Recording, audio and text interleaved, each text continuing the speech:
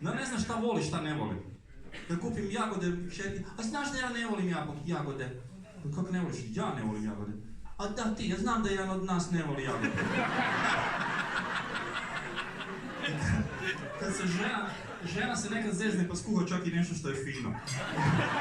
I sad rekao da iskoristi priliku, probaj ovo što je mama skuhala, baš je fino. Ne, neću, ne volim. Pa kak znaš da ne voliš, nisi nikad probao, daj probaj, fino. Ne.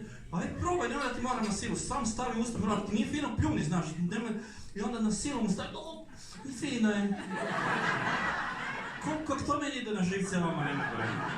A što je najgore, ima djevojaka i žena kojima to ostane kasnije u životu. Aj probaj, bit će ti fino, znaš, neću. Ne mogu. Daj probaj, sam malo, stavi usta